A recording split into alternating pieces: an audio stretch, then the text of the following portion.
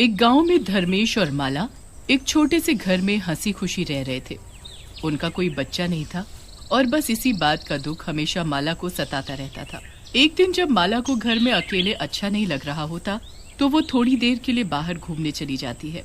चलते चलते वो काफी आगे निकल जाती है। वहाँ उसे एक बच्चे के रोने की आवाज सुनाई देती है। अरे, ये आवाज कहाँ से आ रही है? माला ढूंढते ढूंढते उस बच्चे तक पहुँच जाती है। बच्ची माला को देखकर चुप हो जाती है और मुस्कुराने लगती है। माला उस बच्ची को देखती रह जाती है। वो बच्ची बड़ी ही खूबसूरत होती है और उसके सुनहरे बाल तो उससे भी ज्यादा सुंदर होते हैं। कितनी प्यारी बच्ची है और इसके बाल कितने सुनहरे हैं। पता नहीं ऐसी बच्ची को छोड़कर इसके माँ बाप कहाँ चले गए। एक काम करती हूँ, क्यों ना इसे मैं ही अपने घर ले जाऊँ। माला उस बच्ची को घर ले आती है। धर्मेश जब काम से आता है तो माला उसे उसी बच्ची के बारे में सब बताती है। धर्मेश और माला उस बच्ची को अपने पास रख लेते हैं और उसका नाम सुनहरी रख देते हैं। माला सुनहरी को बड़े प्यार से पालने लगी। वो सुनहरी को इतना प्यार करती है कि उसे किसी चीज की कमी नहीं होने देती। हर कोई सुनहरी को देखकर तरह तरह की बातें करने लगा था। अरे, ये माला जाने कहाँ से किसकी लड़की ले आई है। मैंने पूछा तो बोलती है ये मेरी बेटी है। हाँ, पता नहीं किसकी बेटी को अपनी बेटी बोलकर पाल रहे हैं। धर्मेश और माला को किसी की बात से कोई फर्क नहीं पड़ रहा था। वो तो बस सुनहरी के साथ बड़ी खुशी से रह रहे थे। उनकी जिंदगी बड़ी ही हंसी खुशी बीत रही थी और धीरे धीरे सुनहरी 4 साल की हो जाती है। पर एक दिन उनके घर में एक हादसा हो जाता है। जब माला घर में खाना बना रही होती है तो जाने कब कैसे उसके पल्लू में आग लग जाती है। माला बुरी तरह चिल्लाने लगती है, बचाओ बचाओ, मैं जल गई, कोई मुझे बचाओ। माला के चिल्लाने की आवाज से सुनहरी भागते हुए अंदर आती है। सुनहरी अपनी माँ को ऐसे आग में जलते देख हक्की बक्की रह जाती है। उसकी आंखें लाल हो जाती हैं और उसके लंबे सुनहरे बाल हवा में उड़ते हुए ऐसे चमकने लगते हैं जैसे दुनिया भर की रोशनी उसके बालों में हो। सुनहरी का रूप बदलने लगता है, पर इतने में पीछे से धर्मेश आता है और सुनहरी को एक तरफ धक्का देकर माला के ऊपर पानी डालता है। आग बुझ जाती है और सब ठीक हो जाता है। सुनहरी भी वापस ठीक हो जाती है। पर जो माला और धर्मेश ने उस दिन देखा होता है वो बहुत घबरा जाते हैं। रात को दोनों इस बारे में बात कर रहे होते हैं। आज मुझे समझ आया कि सुनहरी आग को देखकर अजीब क्यों होती है।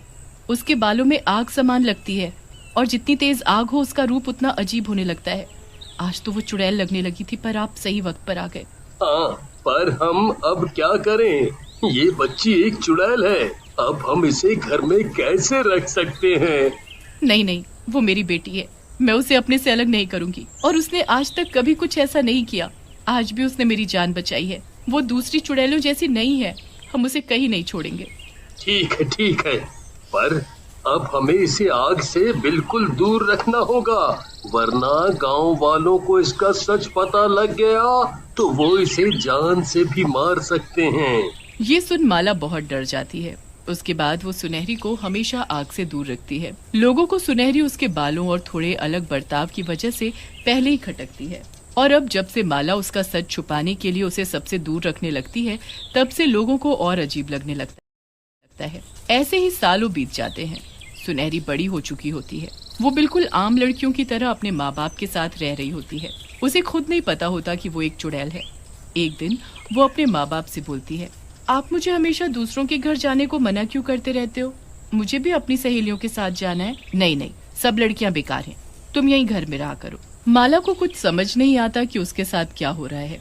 एक दिन फिर होली का दिन आता है। गांव में होलिका जलाई जा रही होती है। पूरा गांव वहाँ इकट्ठा होता है, पर हमेशा की तरह बस सुनहरी वहाँ नहीं होती। अरे माला, तुम हमेशा अपनी बेटी को छोड़कर क्यों आ जाती हो? उसे भी साथ लाया करो। वो घर पर पढ़ाई कर रही है। माला घर पर अकेली होती है, पर पीछे से उसकी सहेलियां उसे लेने आ जाती हैं। माला उनको जाने से मना करती है, पर उसकी सहेलियां नहीं मानती। वो माला को चुपके से ले जाती है। सुनहरी को होलिका के पास देखकर माला घबरा जाती है। वो सुनहरी पर गुस्सा करती है, तुम यहाँ क्यों आई? मना किया था ना? मेरी सहेलियां मुझे ले आई, मैं क्या करूँ? जाओ, अभी के अभी घर वापस जाओ। माला सुनहरी को जाने को बोल ही रही होती है कि सुनहरी की नजर तेज जलती हुई होलिका पर पड़ जाती है। सुनहरी उस आग को देखकर वहीं के वहीं खड़ी रह जाती। उसकी आंखें लाल और उसके बाल चारों तरफ लहराने लगते हैं और सुनहरी एक चुड़ैल का रूप ले लेती है। गांव वाले उसे देख चिल्लाने लगते हैं और इधर उधर भागने लगते हैं। कुछ ही देर में सारी आग सुनहरी के बालों में समा जाती है और सुनहरी को पता चल जाता है कि वो आम लड़की नहीं बल्कि एक चुड़ैल है। अरे इन लोगों ने तो अपने घर में एक चुड़ैल को पाल रखा है। तभी अपनी लड़की को छुपा कर रखती थी। अब समझ आई सारी बात। अब हम इस चुड़ैल को यहाँ नहीं रहने देंगे, हमें इसे खत्म करना होगा। नहीं नहीं, ऐसा मत बोलो, ये मेरी बेटी है, इसने कभी किसी का नुकसान नहीं किया। ये तो बस आग को देखकर ऐसी हो जाती है और इसके बाल इसलिए ही आग की तरह सुनहरे हैं।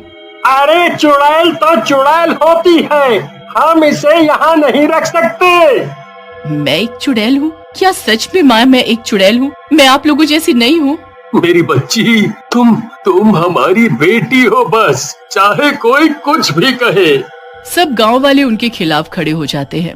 वो सुनहरी को रस्सी से बांधकर एक कमरे में बंद कर देते हैं। वो वहाँ से ना निकल पाए इसलिए घर के चारों तरफ वो एक पंडित से उस घर पर पूजा करवा देते हैं। सुनहरी हर वक्त उस घर की एक छोटी सी खिड़की से झांकती रहती है और अपने माँ बाप को पुकारती रहती है। धर्मेश और माला को कोई भी सुनहरी के पास भी नहीं जाने देता था। लोग उसे खाने को भी नहीं देते थे। मुझे यहाँ से बाहर निकालो, मैं किसी को कुछ नहीं कहूंगी। मुझे तो खुद पता नहीं था कि मैं चुड़ैल हूँ। मुझे अपने माँ बाप के पास जाना है, मुझे जाने दो। कोई उसकी एक नहीं सुनता था और अमावस की रात को सब उसको हमेशा के लिए मारने की तैयारी कर लेते हैं। धर्मेश और माला को उनके घर में बंद कर दिया जाता है ताकि वो सुनहरी को खत्म करने में रुकावट न बने। अब अमावस की रात आ जाती है। सब गांव वाले इकट्ठे होकर सुनहरी को खत्म करने के लिए आ जाते हैं। वहाँ एक तांत्रिक भी आ जाता है जो अपने मंत्र पढ़ना शुरू कर देता है। नहीं नहीं, मुझे मत मारो, मुझे छोड़ दो, मुझे अपने माँ बाबूजी से मिलने दो। कोई सुनहरी की बात नहीं सुनता। तांत्रिक अपना आखिरी मंत्र सुनहरी को खत्म करने के लिए बोल ही रहा होता है कि इतने में एक आदमी चिल्लाता हुआ आता है। अरे जल्दी चलो, गांव में आग लग गई है। आग? कैसे? पास के जंगल से आग फैलती हुई यहाँ हमारे गांव तक आ गई है। सारी फसलें जल रही हैं और सबके घर भी। जल्दी चलो वरना सब बर्बाद हो जाएगा। सारे गांव वाले उस चुड़ैल को वहीं उस घर में बंद छोड़कर आग बुझाने भागते हैं। मुझे बाहर निकालो, इस आग को मैं ही बुझा सकती हूँ और कोई नहीं। कोई उसकी बात नहीं सुनता। बस सब लोग पानी ला ला कर आग बुझाने की कोशिश में लग जाते हैं। आग पूरे गांव में फैल जाती है।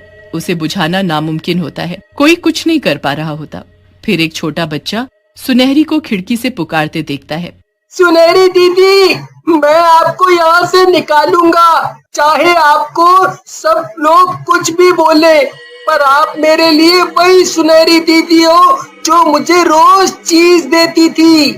जल्दी करो छोटू, जल्दी बाहर निकालो मुझे। वो बच्चा बिना डरे चुड़ैल को आजाद कर देता है। चुड़ैल भागती है और गांव के बीच खड़ी हो जाती है। उसका भयानक रूप और भयानक हो जाता है। उसके बाल चारों तरफ फैल जाते हैं और गांव की आग को खुद में समाने लगते हैं। धीरे धीरे सारी आग बुझने लगती है और सुनहरी के बाल और तेज चमकने लगते हैं। सुनहरी पूरे गांव की आग बुझा देती है और सबको बचा लेती है। इतने में धर्मेश और माला भी वहाँ आ जाते हैं। तुमने हमें बचा लिया, वरना सब बर्बाद हो जाता। तुम्हारा हम पर बहुत बड़ा एहसान है, पर तुम यहाँ की नहीं हो। तुम्हें हम सबकी भलाई के लिए यहाँ से जाना ही होगा। ठीक है, मैं किसी को तकलीफ नहीं देना चाहती, इसलिए मैं यहाँ से चली जाऊंगी जहाँ से आई हूँ। नहीं बेटी, तुम मुझे छोड़कर कहीं नहीं जा सकती। सुनहरी को सबको छोड़कर वहाँ से जाना पड़ता है। वो बड़े ही दुखी मन से गांव छोड़कर जाने लगती है, पर तभी तांत्रिक उसे रोकता है और माला को जल्दी एक कैंची लाने को बोलता है। माला जल्दी से घर जाती है और एक कैंची लेकर आती है। उसके बाद तांत्रिक सुनहरी के लंबे बालों को पकड़ता है और काट देता है। बाल काटते ही सुनहरी पहले जैसी हो जाती है। उसके कटे हुए बाल अपने आप जलकर राख हो जाते हैं और उसके सुनहरे बाल बिल्कुल काले हो जाते हैं। अब ये कोई चुड़ैल नहीं रही, अब ये हमारे जैसी हो गई है।